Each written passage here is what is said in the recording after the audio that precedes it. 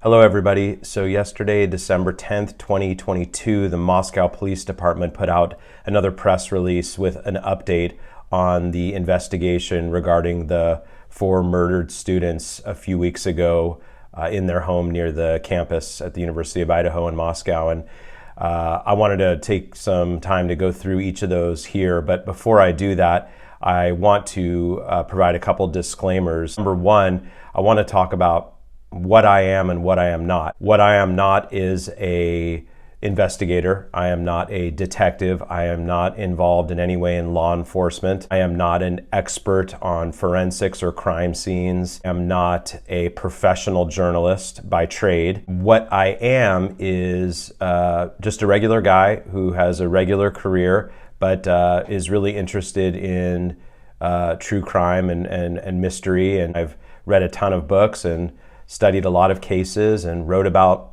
some of them. This is all just personal opinion, and obviously social media has become quite a cesspool of rumor and gossip and innuendo. Please take everything that I say here with a grain of salt. Thank you. One of the key pieces of the latest press release is the effort on the part of the Moscow Police Department to address the suspects or lack of suspects in the case. They have once again made it very clear that there are specific individuals central to the case that are no longer being considered suspects or may have never been considered suspects. That includes the 2 surviving roommates. We know that there were 2 female roommates in the basement level of the 3-story home who survived the attack. They are not in any way considered suspects in the case.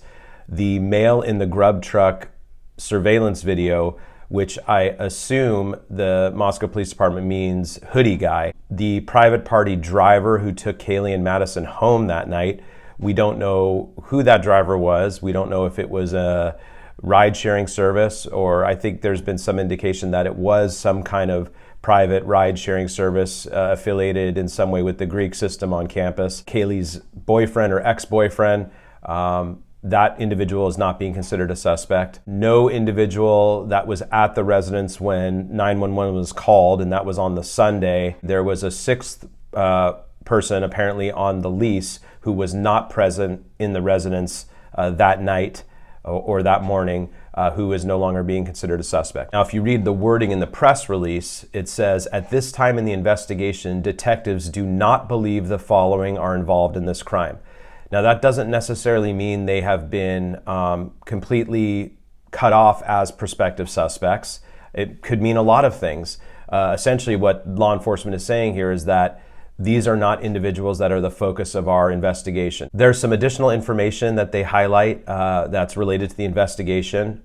Some things that most of us probably already know. There are no suspects in custody. No weapon has been located, though we do have a general idea of what weapon was likely used. Apparently, detectives went through dumpsters close to the home on King Road, hunting for possible evidence. There was 3 of those. The governor of Idaho, Brad Little, has directed up to $1 million in state emergency funds for the investigation. We know that on November 29th, that detectives relocated 5 vehicles from within the police perimeter. There is a rumor control portion of the press release.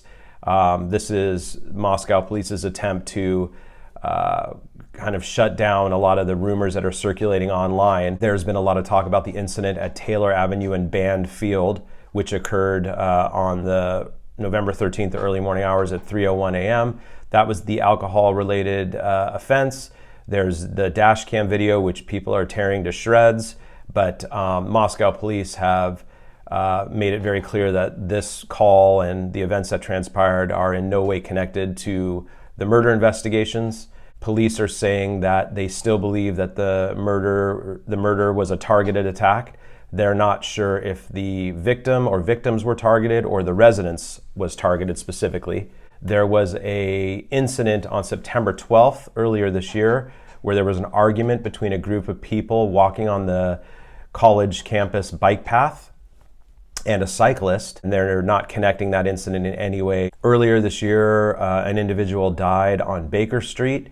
That was due to an overdose. That is not in any way connected. There are rumors of a red Mustang that was on South Deacon Street that was apparently being processed as part of this murder investigation. That is not accurate information according to police. Identity of the 911 caller who made the call that Sunday morning has not been released. There's been a report of an incident of a skinned dog, but the police do not believe there's any evidence to support that that is related to this incident. There's also been some discussion around deceased animals left on a resident's property in Moscow.